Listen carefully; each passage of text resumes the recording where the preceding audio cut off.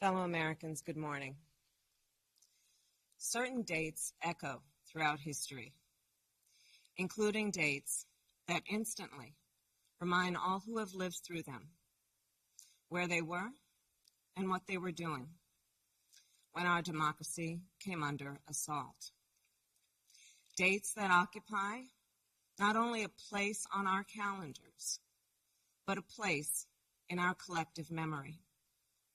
December 7th, 1941, September 11th, 2001, and January 6th, 2021. On that day, I was not only Vice President-elect, I was also a United States Senator. And I was here at the Capitol that morning at a classified hearing with fellow members of the Senate Intelligence Committee. Hours later, the gates of the Capitol were breached. I had left, but my thoughts immediately turned not only to my colleagues, but to my staff, who had been forced to seek refuge in our office, converting filing cabinets into barricades. What the extremists who roamed these halls targeted was not only the lives of elected leaders. What they sought to degrade and destroy was not only a building, hallowed as it is. What they were assaulting were the institutions, the values, the ideals that generations of Americans have marched, picketed, and shed blood to establish and defend. On January 6th, we all saw what our nation would look like if the forces who seek to dismantle our democracy are successful.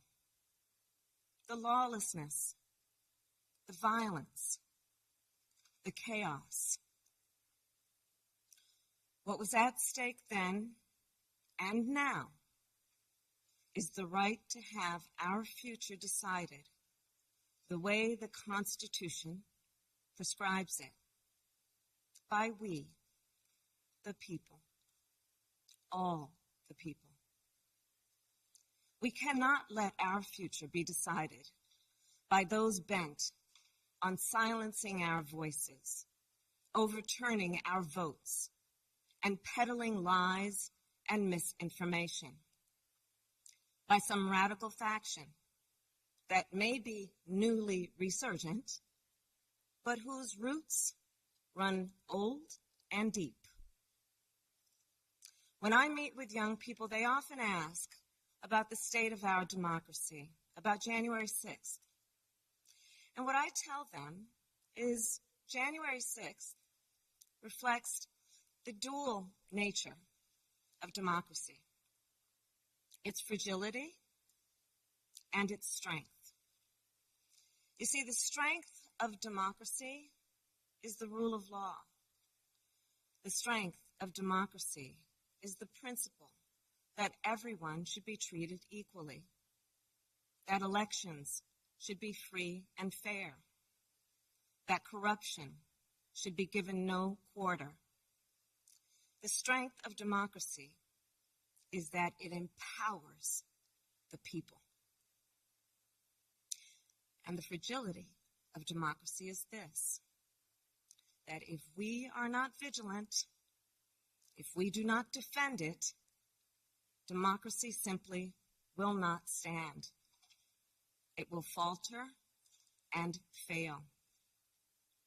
The violent assault that took place here, the very fact of how close we came to an election overturned, that reflects the fragility of democracy. Yet, the resolve I saw in our elected leaders when I returned to the Senate chamber that night, their resolve not to yield, but to certify the election, their loyalty not to party or person, but to the Constitution of the United States. That reflects its strength.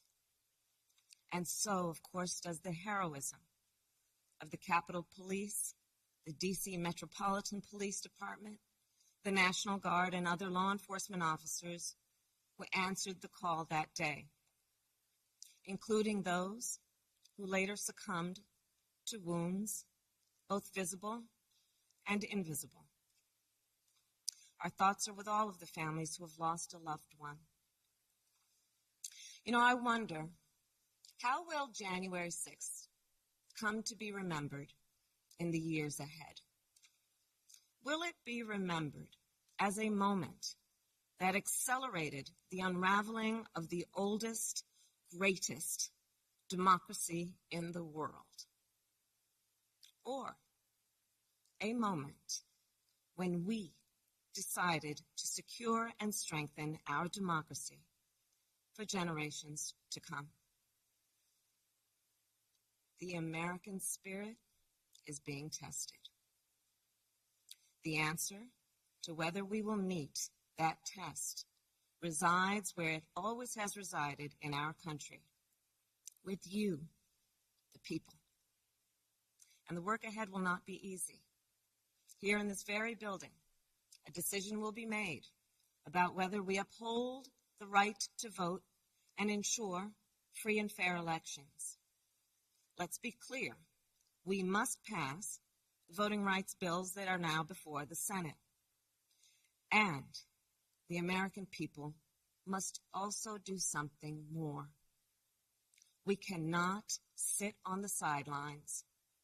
We must unite in defense of our democracy in order to form a more perfect union, establish justice, ensure domestic tranquility, provide for the common defense, promote the general welfare, and secure the blessings of liberty to ourselves and to our prosperity and posterity. That is the preamble of the Constitution that President Biden and I swore an oath to uphold and defend. And that is the enduring promise of the United States of America. My fellow Americans, it is my honor to introduce a public servant with the character and fortitude to meet this moment, a leader whose life's work has been moving our nation toward that more perfect union, President Joe Biden.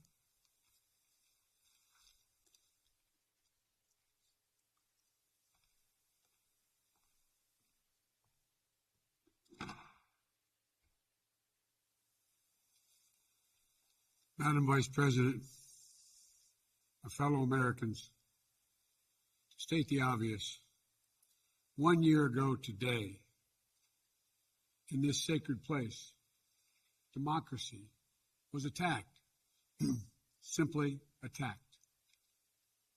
The will of the people was under assault. The Constitution, our Constitution, faced the gravest of threats.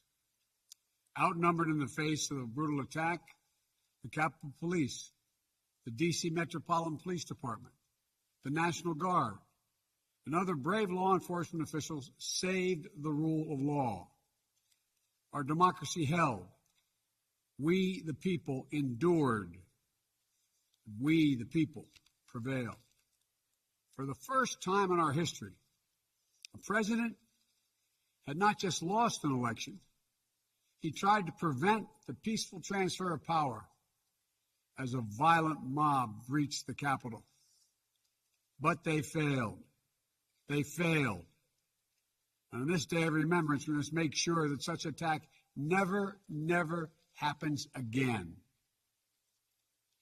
I'm speaking to you today from Statuary Hall in the United States Capitol. This is where the House of Representatives met for 50 years in the decades leading up to the Civil War. This is on this floor where young Congressman of Illinois, Abraham Lincoln, sat at desk 191 Above him, above us, over that door leading into the rotunda, is a sculpture depicting Cleo, the muse of history. In her hands, an open book in which she records the events taking place in this chamber below. Cleo stood watch over this hall 1 year ago today, as she has for more than 200 years. She recorded what took place, the real history, the real facts, the real truth, the facts and the truth that Vice President Harris just shared, and that you and I and the whole world saw with our own eyes. The Bible tells us that we shall know the truth, and the truth shall make us free. We shall know the truth. Well, here is the God's truth about January 6, 2021. Close your eyes. Go back to that day. What do you see? Rioters rampaging, waving for the first time inside this Capitol Confederate flag that symbolized the cause to destroy America, to rip us apart. Even during the Civil War, that never, ever happened. But it happened here in 2021. What else do you see? A mob breaking windows, kicking in doors, breaching the Capitol, American flags on poles being used as weapons, as spears, fire extinguishers being thrown at the heads of police officers. A crowd that professes their love for law enforcement assaulted those police officers, dragged them, sprayed them, stomped on them. Over 140 police officers were injured. We all heard the police officers who were there that day testify to what happened. One officer called it, quote, a medieval battle, and that he was more afraid that day than he was fighting the war in Iraq. They've repeatedly asked since that day, how dare anyone, diminish, belittle, or deny the hell they were put through. We saw with our own eyes. Rioters menaced these halls, threatening the life of the Speaker of the House, literally erecting gallows to hang the Vice President of the United States of America. What did we not see? We didn't see a former president who had just rallied the mob to attack, sitting in the private dining room off the Oval Office in the White House, watching it all on television and doing nothing for hours as police were assaulted, lives at risk, the nation's capital under siege. This wasn't a group of tourists. This was an armed insurrection. They weren't looking to uphold the will of the people. They were looking to deny the will of the people. They weren't looking to uphold a free and fair election. They were looking to overturn one. They weren't looking to save the cause of America. They were looking to subvert the Constitution. This isn't about being bogged down in the past. It's about making sure the past isn't buried. That's the only way forward. That's what great nations do. They don't bury the truth. They face up to it. Sounds like hyperbole, but that's the truth. They face up to it. We are a great nation. My fellow Americans, in life there's truth, and tragically there are lies. Lies conceived and spread for profit and power. We must be absolutely clear about what is true and what is a lie. And here's the truth. The former President of the United States of America has created and spread a web of lies about the 2020 election. He's done so because he values power over principle, because he sees his own interest is more important than his country's interest, than America's interest. And because his bruised ego matters more to him than our democracy or our Constitution, he can't accept he lost, even though that's what 93 United States senators, his own attorney general, his own vice president, governors and state officials in every battleground state have all said. He lost. That's what 81 million of you did as you voted for a new way forward. He has done what no president in American history, the history of this country, has ever done. He refused to accept the results of an election and the will of the American people. Well, some courageous men and women in the Republican Party are standing against it, trying to uphold the principle of that party. Too many others are transforming that party into something else. They seem no longer to want to be the party of Lincoln, Eisenhower, Reagan, the Bushes. But whatever my other disagreements are with Republicans who support the rule of law and not the rule of a single man, I will always seek to work together with them to find shared solutions where possible. Because if we have a shared belief in democracy, then anything is possible. Anything. And so at this moment, we must decide, what kind of nation are we going to be? Are we going to be a nation that accepts political violence as a norm? Are we going to be a nation where we allow partisan election officials to overturn the legally expressed will of the people? Are we going to be a nation that lives not by the light of the truth, but in the shadow of lies? We cannot allow ourselves to be that kind of nation. The way forward is to recognize the truth and to live by it. The big lie being told by the former president and many Republicans who fear his wrath is that the insurrection in this country actually took place on Election Day, November 3rd, 2020. Think about that. Is that what you thought? Is that what you thought when you voted that day? Taking part in an insurrection? Is that what you thought you were doing? Or did you think you were carrying out your highest duty as a citizen and voting? The former president's supporters are trying to rewrite history. They want you to see Election Day as the day of insurrection. And the riot that took place here on January 6th as a true expression of the will of the people. Can you think of a more twisted way to look at this country, to look at America? I cannot. Here's the truth.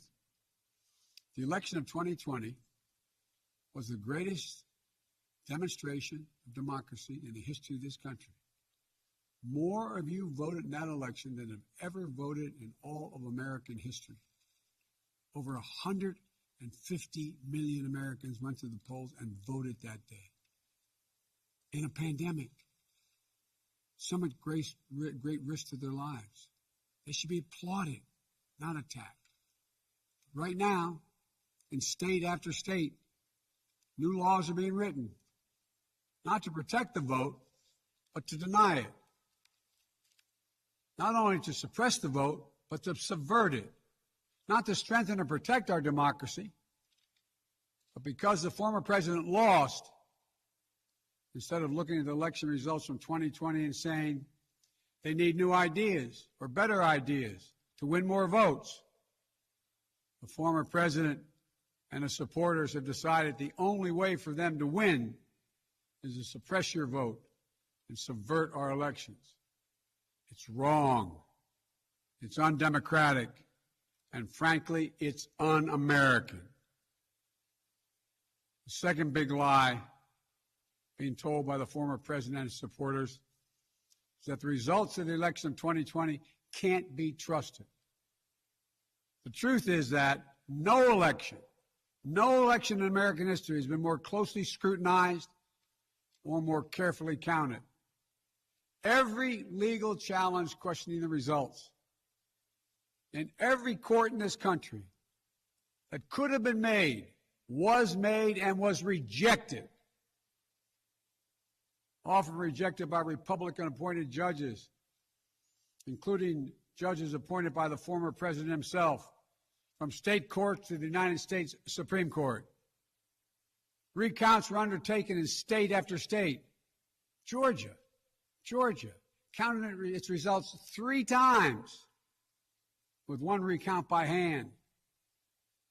Phony partisan audits were undertaken long after the election in several states. None changed the results. And in some of them, the irony is the margin of victory actually grew slightly. So let's speak plainly about what happened in 2020.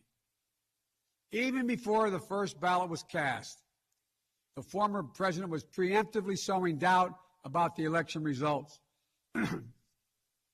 He built his lie over months. It wasn't based on any facts. He was just looking for an excuse, a pretext, to cover for the truth. He's not just a former president.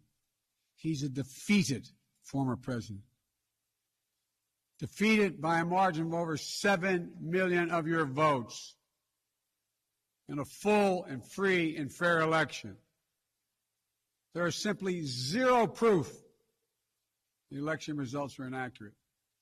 In fact, in every venue where evidence had to be produced, an oath to tell the truth had to be taken, the former president failed to make his case.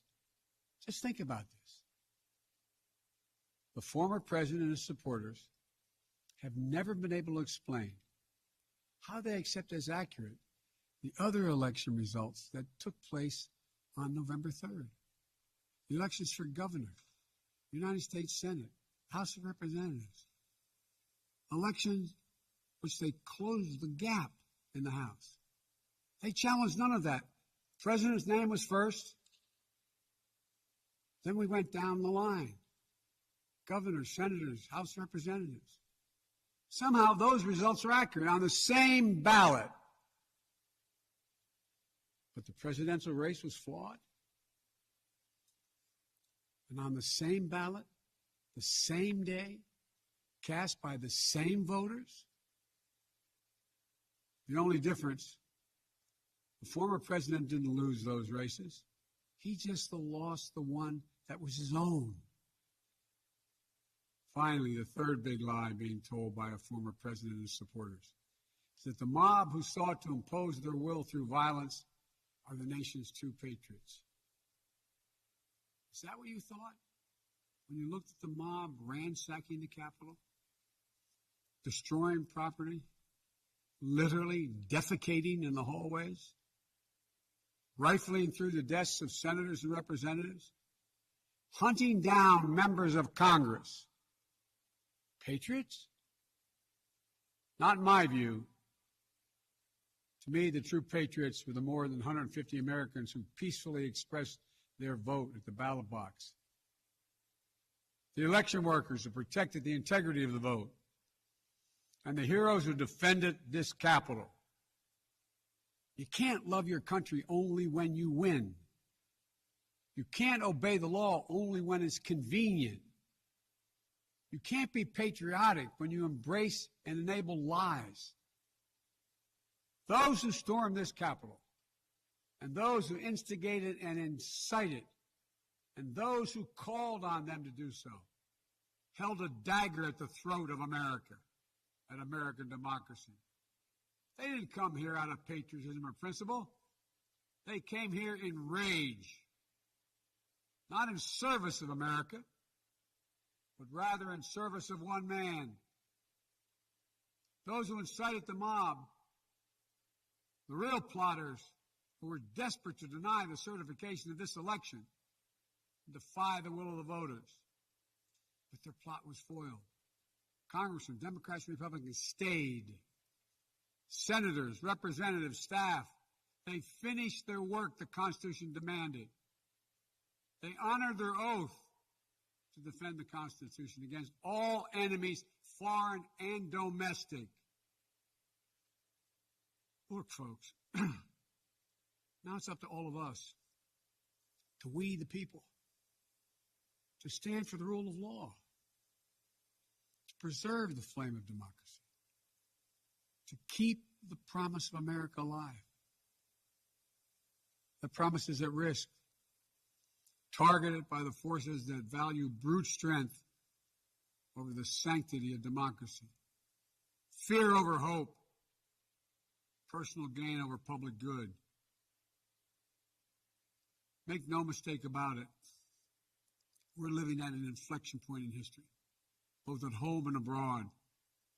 We're engaged anew in a struggle between democracy and autocracy, between the aspirations of the many and the greed of the few, between the people's right of self-determination and self-seeking autocrat. From China to Russia and beyond, they're betting that democracy's days are numbered. They've actually told me democracy is too slow, too bogged down by division to succeed in today's rapidly changing, complicated world. And they're betting America will become more like them and less like us. They're betting that America is a place for the autocrat, the dictator, the strongman. I do not believe that. That is not who we are. That is not who we have ever been. And that is not who we should ever, ever be. Our founding fathers, as imperfect as they were, set in motion an experiment that changed the world, literally changed the world. Here in America, the people would rule. Power would be transferred peacefully, never at the tip of a spear or the barrel of a gun. They committed to paper an idea that they couldn't live up to, but an idea that couldn't be constrained. Yes, in America, all people are created equal. But reject the view that if you succeed, I fail. If you get ahead, I fall behind. If I hold you down, I somehow lift myself up. The former president who lies about this election and the mob that attacked this Capitol could not be further away from the core American values. They want to rule, or they will ruin. Ruin what our country fought for at Lexington and Concord, at Gettysburg and Omaha Beach, Seneca Falls, Selma, Alabama. What we were fighting for? The right to vote, the right to govern ourselves, the right to determine our own destiny. With rights come responsibilities. Responsibility to see each other as neighbors. Maybe we disagree with that neighbor, but they're not an adversary. Responsibility to accept defeat. Then get back in the arena and try again the next time to make your case. Responsibility to see that America is an idea. An idea requires vigilant stewardship. As we stand here today, 1 year since January 6, 2021, the lies that drove the anger and madness we saw in this place, they have not abated. So we have to be firm, resolute, and unyielding in our defense of the right to vote and to have that vote counted. Some have already made the ultimate sacrifice in this sacred effort. Jill and I have mourned police officers in this Capitol Rotunda not once but twice in the wake of January 6th. Once to honor Officer Brian Sicknick, who lost his life the day after the attack, and a second time to honor Officer Billy Evans, who lost his life defending this Capitol as well. We think about the others who lost their lives and were injured, and everyone living with the trauma of that day, from those defending this Capitol, to members of Congress in both parties and their staffs, to reporters, cafeteria workers, custodial workers, and their families. Don't kid yourself. The pain and scars from that day run deep. I've said it many times, and it's no more true or real than we think about the events of January 6th. We are in a battle for the soul of America. A battle that by the grace of God and the goodness and gracious and greatness of this nation, we will win.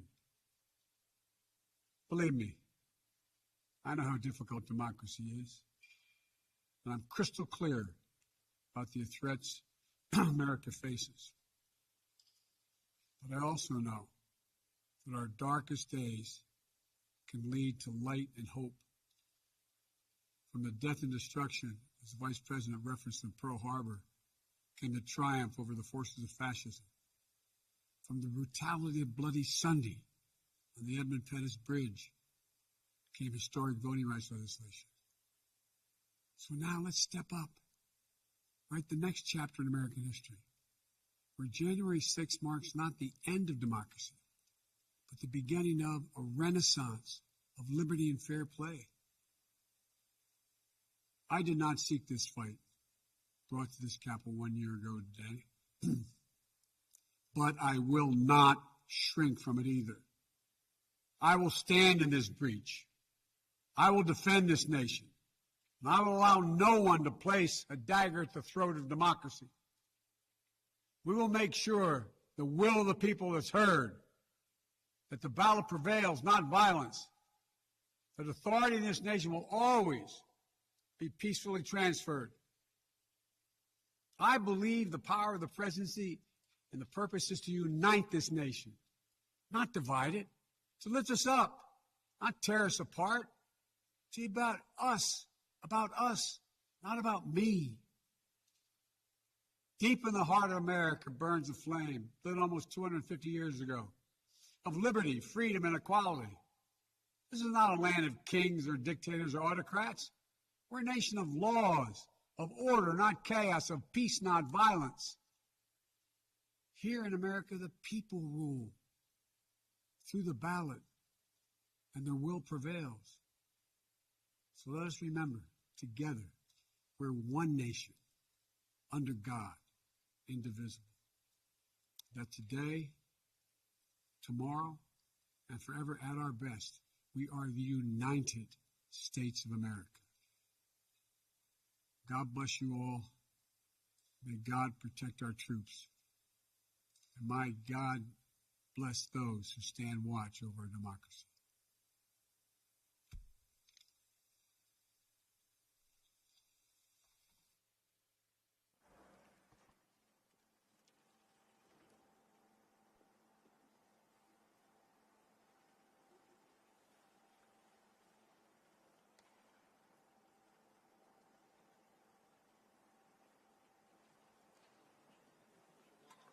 All right, Paul. You come this way, guys. Come on. Sir, yes, sir. All right, see you, Matt. See you, Matt.